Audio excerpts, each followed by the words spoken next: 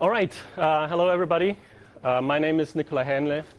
I work at AMD on the GPU side of the company, where we develop the AMD GPU target in LLVM, which is upstream, and we use to compile compute kernels and graphics shaders directly into binary that runs on the GPU.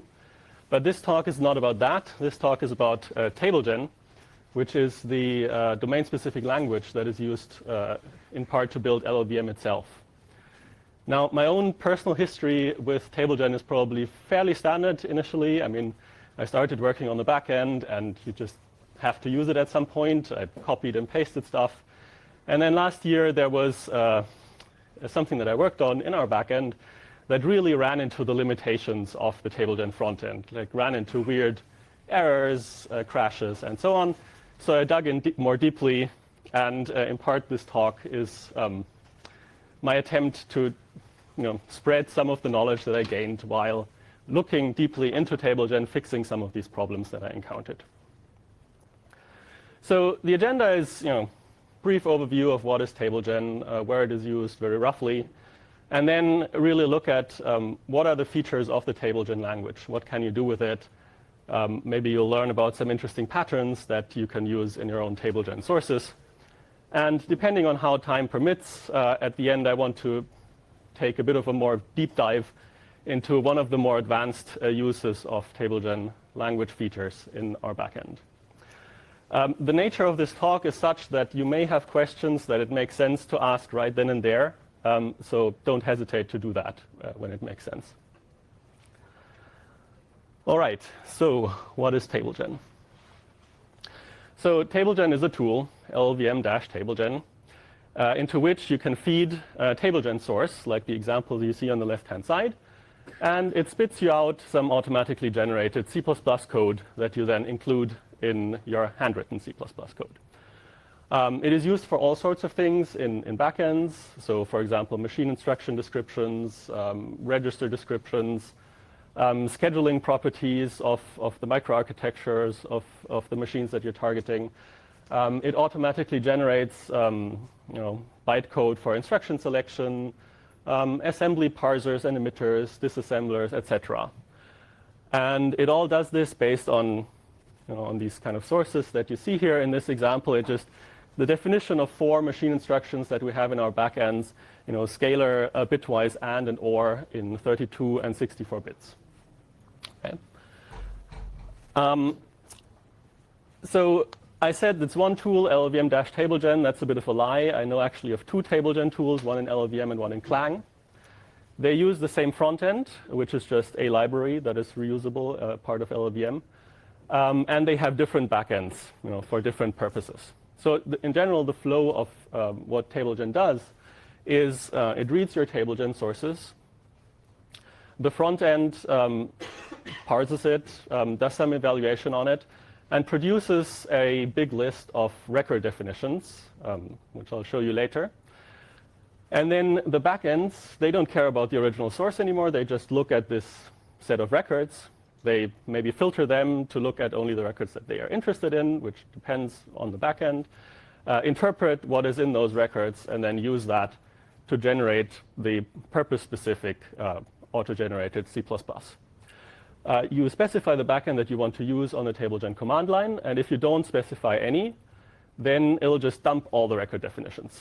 That's extremely verbose, but it's also extremely helpful sometimes if you want to kind of debug some gnarly problem that you have with your TableGen source.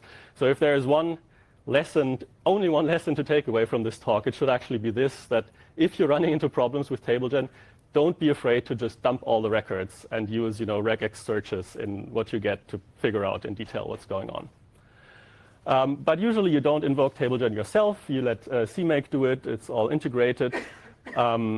Usually you don't have to worry about it too much. There's some snippet of how it is integrated as an example.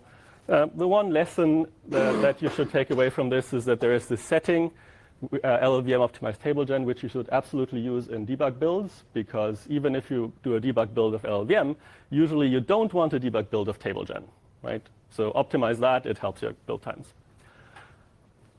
Okay, so records. So what are records? Well, they're basically just key value dictionaries, usually with a name. So On the right-hand side, you see at the top this little snippet that I showed 2 slides earlier. And this little snippet actually gets expanded into this big record definition. And this is actually only just a small excerpt of it. And the way that this expansion happens is TableGen has a notion of classes, which are basically templates for records.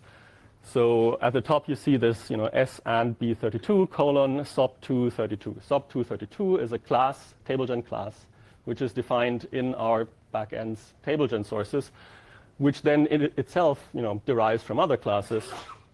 And once all the transitive inheritance is done, you get this big record. You have at the top, this is something that the record dumping prints out in these / comments, a list of all the classes that were transitively inherited. So most of these are target specific, but in particular there is this class called instruction. So instruction is a target independent class, which all the backends that are interested in machine instructions use to filter out the record definitions. So they look at all the record definitions that somehow directly or indirectly inherit from instruction, and then they work with those. And yeah, like I said, usually records are named. So in this case, we have a name that actually appears as the enum in C++ to refer to that machine instruction. Not all of them have to be named. Like if you have standalone instruction selection patterns, they don't need a name, although just giving them a name can be helpful for debugging issues. Yeah, so TableGen is not just a tool, it's also this domain-specific language. And it has a kind of a core language which is used to write down record definitions, and then a larger set of features around it that allow you to generate kind of regular sets of records fairly easily, right? Like you saw before in the example, we have this scalar and scalar or, and obviously these instructions are going to be very similar. So we have tools to generate these big records that are mostly the same in an easy way. So this is kind of a sketch of the kind of TableGen source files that live in LLVM and how they include each other. So the main bulk is typically in just targets, backend definitions. And you usually have one top-level file that includes everything else, because you can have textual inclusion, but not really include guards. And also, yeah, there were some additions fairly recently, but that's the way things work. You include all the various files in your backend that define instructions, scheduling, and etc. And you include the target independent stuff. And the other big chunk is the intrinsics definitions, and there is some random other things as well. All right. So much for the very brief overview. Now I want to go into just TableGen language features, and there is a list of them that I want to cover. Okay, so very brief look at the type system. It's fairly standard, although, I mean, a bit quirky. You have bit and integer types. The integers are 64-bit only. You have bit sequences. You can cast between them. You can slice bit sequences. There is a string type. There is also a code type, which is a bit strange, but there is this notation with the square and curly brackets to have like a convenient way to have C++ fragments in your TableGen source, which then gets pasted into some auto-generated larger function. Really, you'd only need one type for that, but whatever. There is a list type, which is just a homogeneous list. TableGen does some type inference, but the TableGen frontend is basically one single pass through the source. So there is no like type inferencing pass or anything. So there are some cases where you need to help out and put the type in these angle brackets, as the second example shows. You don't need it often, but sometimes you need it. You can index into lists, but only with literal constants at the moment. And then there are some other unset DAG and class record types that I will explain in the next few slides. Okay. So unset values is an interesting thing because, of course, usually all the key values, like the values in your dictionaries, in your records, should be defined, right? But sometimes they're not, and there is actually one. So at the top right, you see an example of how these variables or values can end up unset.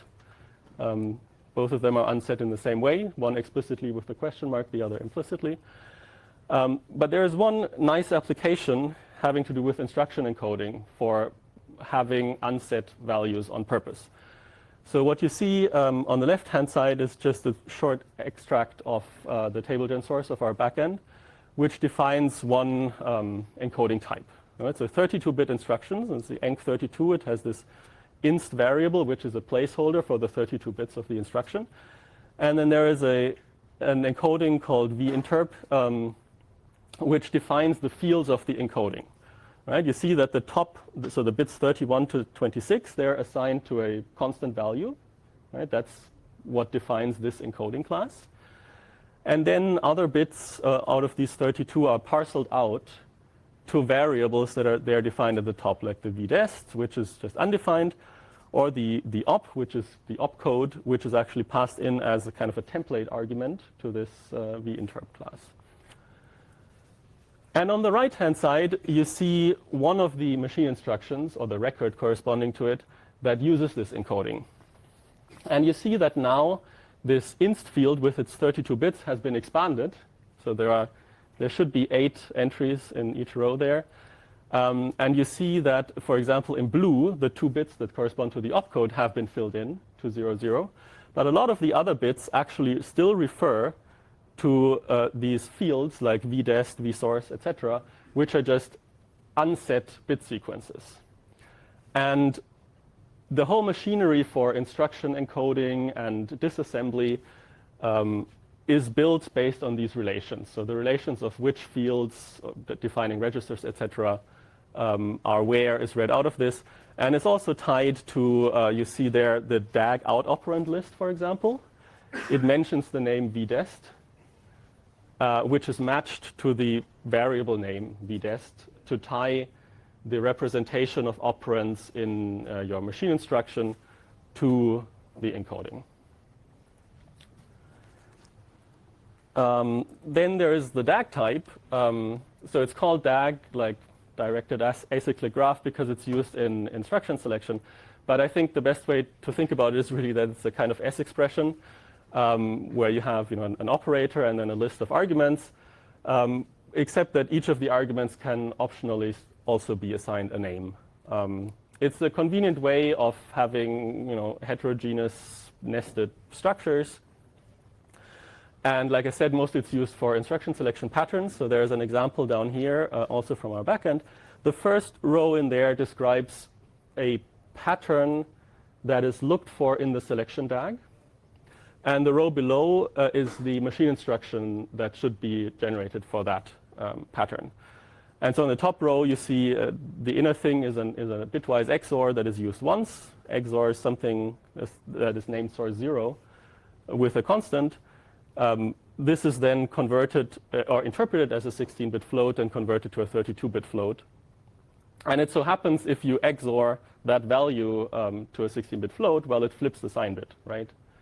And in our ISA, many instructions have the ability to, aside from whatever else they're doing, to flip the sign bit, right? And so we just replace it by this conversion instruction with a modifier that says negate the source, right? Yeah? Even though the name is a DAG, if I understood correctly, it actually represents a tree rather than a DAG? Yeah, even though the name is DAG, it really more represents a tree than a DAG. So that's why I said the name is a bit misleading. Yeah.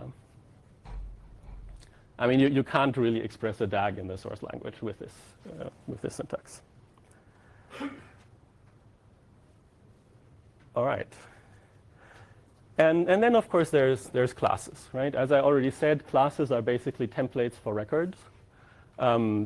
They have inheritance, although I actually don't have an example of that here on the slide, but the syntax is basically the same as C++ for the inheritance.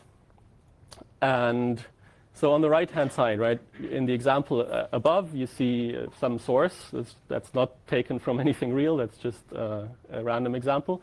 And at the bottom, you have what it's expanded to. Okay, so there are two records that are explicitly defined, right? My record derives from both of these classes that are defined. And I think the main thing to point out here is an interesting feature which is in the other record, which has this b angle brackets 3, which is actually an anonymous instantiation of a class. So you see here this anonymous 0 record, which is generated automatically, which is quite a useful feature. And the other thing that's interesting to note is that every class has an implicit template argument called name, which is replaced by the name of the record that is being instantiated. All right, so when you know about classes and records, it's very tempting to try to define all the variables in your records as functions of template arguments, class template arguments. This works, but it tends to lead to a design of your TableGen classes where they have lots and lots of template arguments, and it becomes a bit of a mess. For these things, it's better to use let statements. So let statements are a way to override values that are defined in the classes that you inherit from, for example. And one very interesting thing about this is that actually expressions are evaluated late. So if you have here the class A again on the left is an example source. It has a template P, a template argument P is assigned to a variable X, and then X is assigned to Y. This assignment doesn't happen immediately. It's delayed as late as possible, which means that below, when you instantiate A2, for example, and then say let X equal 17, in the fully evaluated instantiation on the right-hand side, you see that Y, both X and Y get this value 17. Okay? Rather than, having, the value 2 that would be implied by the template parameter that you passed in. It's important to remember that the let statement is not the one that you know from, Rust or functional languages. It doesn't define a new variable. It just allows you to override an existing one. So classes, I said, are basically templates for records. Multi-classes are templates for sets of records. Okay? So maybe best to look at an example there on the bottom left. This is part of a definition of intrinsics. We have a def-m. So def-m is used to instantiate multi-classes, which is given a name, which is kind of a base name for intrinsics, AMD-GCN workgroup ID. It instantiates this multi-class that is defined above, and this multi-class defines 3 records with names, underscore x, underscore y, underscore z, which are concatenated with the base name. And each of those then inherits from some class, helper class that we defined, which in turn derives from a target independent intrinsic class, which means that we're defining intrinsics here. So we're defining 3 records and at once. Like classes, multi-classes have this implicit name argument. So by default, the names that are instantiated are just like the base name that comes from the def-m, concatenated from the name that the record has inside the multi-class. But you can play around with this, like the example on the right-hand side shows. If you look at this def of the rec3, the rec3 is actually prefixed to the base name. So the rule is that if you explicitly mention the name template argument, then that overrides the default concatenation. That can be useful in some ISAs where you have like instruction families where some of the instructions are prefixed with something. There are some interesting corner cases. So interestingly, multi-classes also support inheritance from other multi-classes, which is really basically the same as just putting a def-m of the base multi-class, as I've shown there. While preparing the slides, I noticed that that's not entirely true, and maybe that should be changed, but yeah. If you have a def-m, so the def-m instantiates a multi-class, right? But it can also actually inherit from classes, which can be useful for tagging the records that you're instantiating with something like instruction mappings and stuff like that.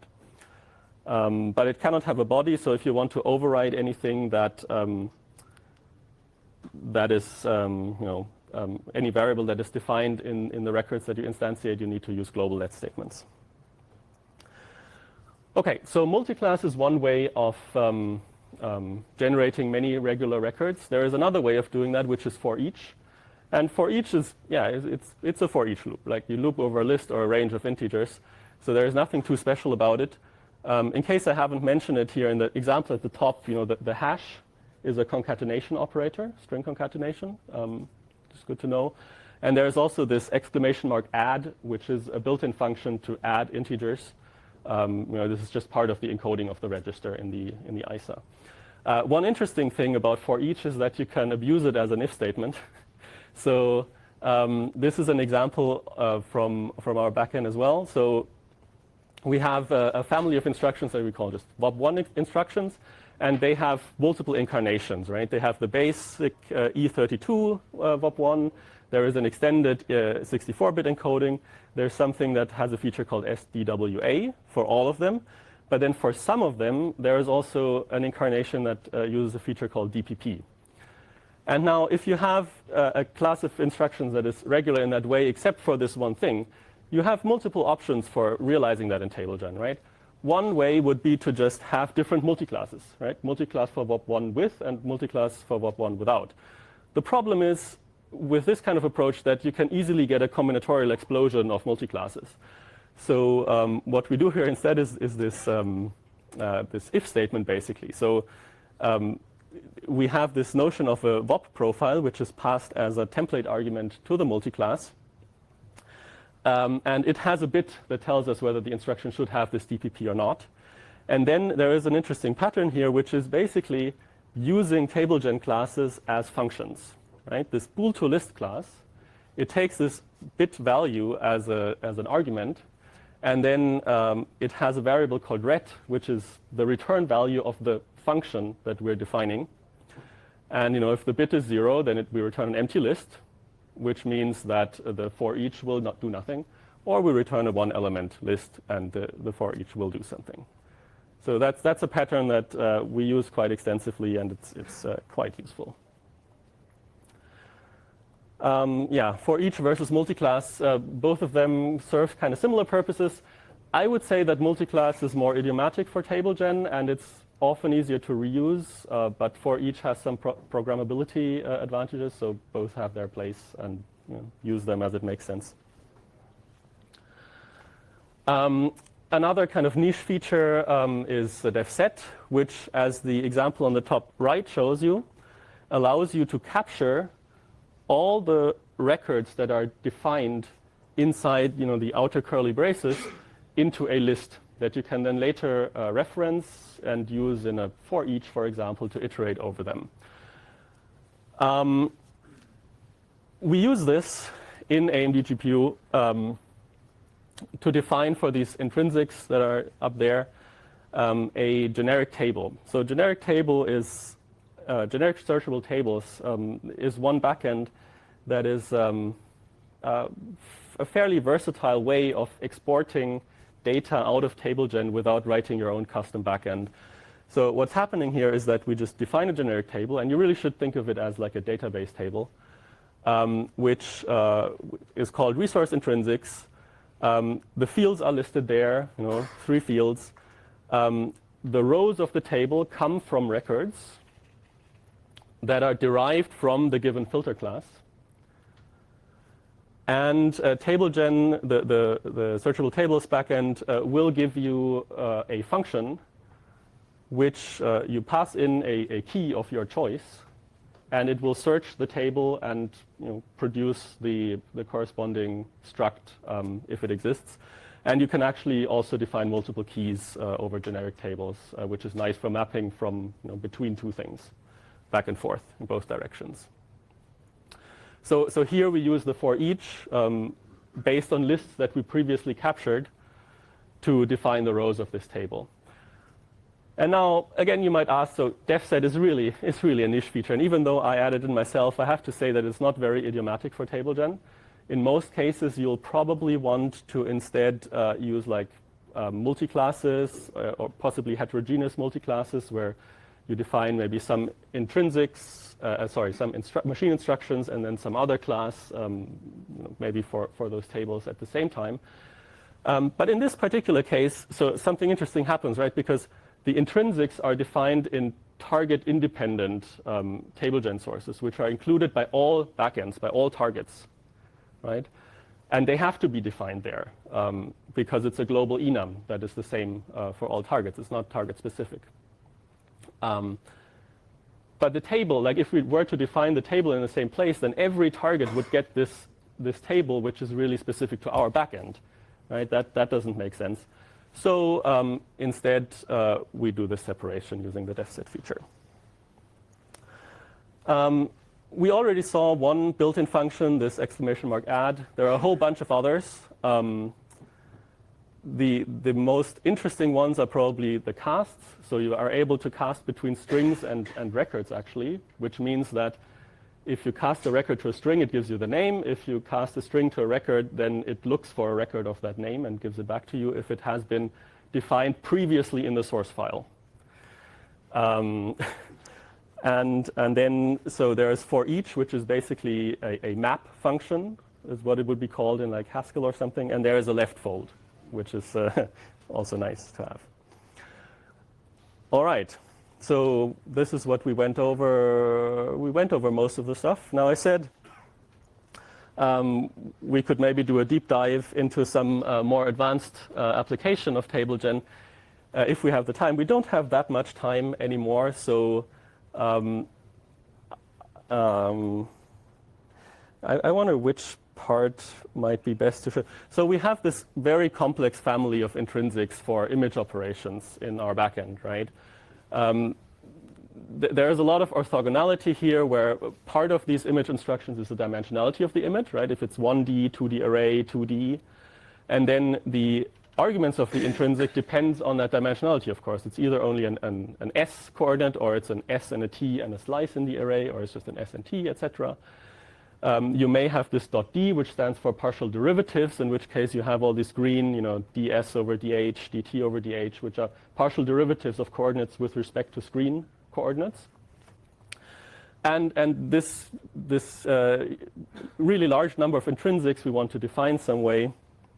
And we do all of this in TableGen.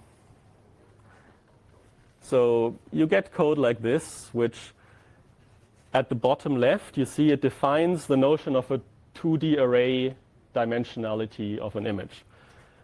It gives it a name, 2D array, and says, okay, there are two coordinates that are relevant for derivatives, namely S and T, and one coordinate which isn't.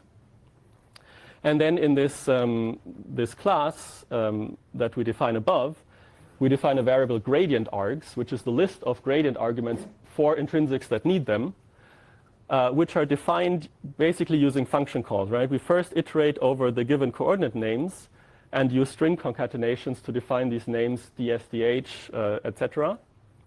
And then we pass that to that class, which has really a role of a function, which is defined above, make argument list, and it produces what is there on the right in the box. So what is that we have on the right? And why do we want it? Well, when we define intrinsics, we have to define the types of the arguments of the intrinsics, right? And we can give a type explicitly, such as 32-bit float. But we actually want to be able to pass not just 32-bit floats, but also half-precision floats. So we need an any float type for the DSDH argument. And then the arguments that come after that should be constrained by the IR verifier to be of the same type. So that's what the LLVM match type is for. And what this make argument list function does is precisely generate an array of this form by taking the first name, combining it with the base type, and then doing a mapping which maps all the names to this AMD GPU arg pair of match type and argument name. Okay, and any questions about this? This is a lot to... Sorry, yeah. those strings on the end, the DSDH, yeah. those are... Oh, those are things that we use. We don't use them for much internally. They're convenient for debugging, and I have plans for other things that we can do with them. Yeah. But yeah. Okay. All right. Other questions about this? I will upload the slides, of course, so you can look at it later. We do more stuff like this. So, for example, if you have two of these arrays of arguments, you need to, and all of them use LLVM match types, you need to adjust the index that the match type refers to. That's what that stuff is about, especially that stuff on that slide. But we don't really have the time to look at it in detail. All right, so I just want to close with some final thoughts. Maybe a brief look at what we covered, brief overview of TableGen, quick run through of pretty much all the features of the front-end language, except the built-in functions, not in detail. And a brief example of what you can use, what you can do with it. Some things to keep in mind, multi-class versus for each, calling TableGen directly if you have problems to dump all the records. These are kind of things that I think you should take home. Some possible things to improve in TableGen in the future. I'm not going to work on them because, priorities just aren't like that. But there are still some cleanups that could be done in the type system, right, to smooth some of these corner cases. It would be convenient to have the hash operator not just work for strings, but also for lists and DAGs. That would be convenient. The thing with multi-class inheritance that I mentioned. And then, backends. I mean, it used to be like last year when I started diving deep into TableGen, my problem was that I always ran into crashes and errors in the front end. This, at least for me, this doesn't happen anymore. If it happens for you, talk to me. But now the problem is that the main problem is that I do something with selection DAG, the icells patterns, and I just get weird error messages that are super difficult to understand, at least for me. And I think there are some things there that are also in the feature set that could maybe be more orthogonal, but yeah, that would be something, probably another big project and not for this talk. So with that, thank you very much.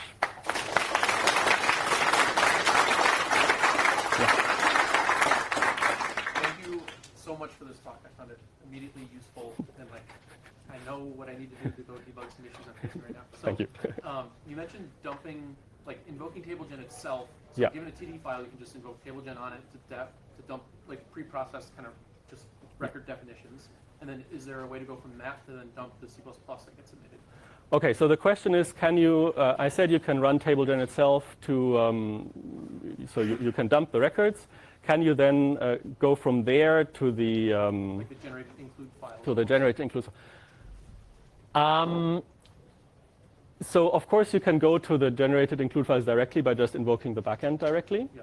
But if you want to edit the stuff that's in between, that's currently not possible because, so you could just cut out the record definitions and feed them back into TableGen as input. I think there are two problems that you'd run into. One problem is that I don't think the output of the dump is in, you have to define a variable before you refer to it. And I don't think the dumping makes sure to preserve that order. I think it just dumps alphabetically. Okay. That's one thing. The other thing is that the backends filter the records out based on the classes that they inherit. And the way that the records are dumped currently, you get the information of the inheritance in a comment and not as actual inheritance in the TableGen language. So I think those would be the two major hurdles to enable that. Still, thank you so much for the talk. I appreciate that. Yeah. Is it possible to write back and generate something other than C++? So obviously you can generate other stuff than C++ from a backend. And in fact, somebody not so long ago added a backend that dumps the records in JSON format. So you could then use some other tool. But yeah, you could dump other things than generate other things than C++ if you wanted to. Yeah. The backends are written in C++. You can do whatever. You also explained how to use classes to actually implement something like function calls. Mm-hmm. Wouldn't it be better to just have function call syntax rather than do it in a more obfuscated way? Or? So right, the question was, I showed how you can kind of abuse classes as functions, and wouldn't it be better to have a dedicated syntax for that? I've thought about this myself. Back when I did all this work, I didn't find a solution to it that I was completely convinced of. But it's certainly something to think about. Maybe there. maybe keep it as classes, but allow invoking it with the exclamation mark syntax to make it at least a little bit more approachable. I mean, I'm mainly wondering because every so often I just have to have a brief look at TableGen files, and it always takes me a very long time to ramp up on understanding what does this actually mean. yeah. I'm just wondering if that's one of the very small tweaks that helps 5% towards. Yeah, Just read the stuff. it might help the understandability, yeah, but yeah, to have like a dedicated defined function syntax, it's a thought that I was also thinking about this, but it would have to be because this pattern isn't used that often today. All right. So it would have to be something that's very intuitive, but also fit well with the other stuff in TableGen. So, All right. I mean, yeah. Do you think there might be a scope for a, because I know there is a TableGen manual, but it's pretty much a reference manual. It's not really a tutorial manual. Do you think there's a scope to contribute some of this to a sort of This maybe video TableGen, yeah. how to TableGen, or it's sort of a link to the video that would be really Yeah, so the question is there scope to add better documentation or tutorial, to LLVM? I wish I had the time. I started a series of blog posts on my blog where the idea was that maybe that could one day lead to something like that, but then I just it's a problem of time. Yeah. Yeah? Is TableGen Turing complete yet? Is TableGen Turing complete? Not intentionally. I don't know. I don't know. So there are some places like with these function calls and everything where the question naturally arises. But at least last year, whenever I was at a point where I thought, well, maybe it would be nice to have arbitrary recursion or something in there, I went the way of not adding it. So I don't think it is, but maybe you will prove me wrong. So you can. There is a very limited scope for self-references in that when you define a record, you can define a variable which you assign a cast from the name of the record, and then the record will contain a reference to itself. That is the only way. Stuff like that was actually being used in existing TableGen when I started looking this deep. I'm almost Turing challenges. Yeah, I mean, go ahead. next FOSDEM, you present TableGen is Turing complete. Yeah, yeah. I don't think so, but I would not be super surprised if it were. Other questions? Yeah. On that, when you talk about function call syntax, you also showed the being used as an if statement. So why Yeah. not have an actual if statement? Because I was lazy, and there was at the time that I first thought about it, there was like one place where I wanted to use it. By now, I think there are a few more places where it's used. So maybe, yeah. Oh, sorry. The question was I showed how to abuse for each as an if statement, and the question was whether maybe there should be an actual if statement in the TableGen frontend language. Yeah, I think Yeah. very recently a colleague added a conditional statement which may be excluded. For textual conditional parsing. Yeah. I don't think that would. No, that's very far away from the kind of thing that I showed. Yeah. Okay. Thank you very much. Thank you.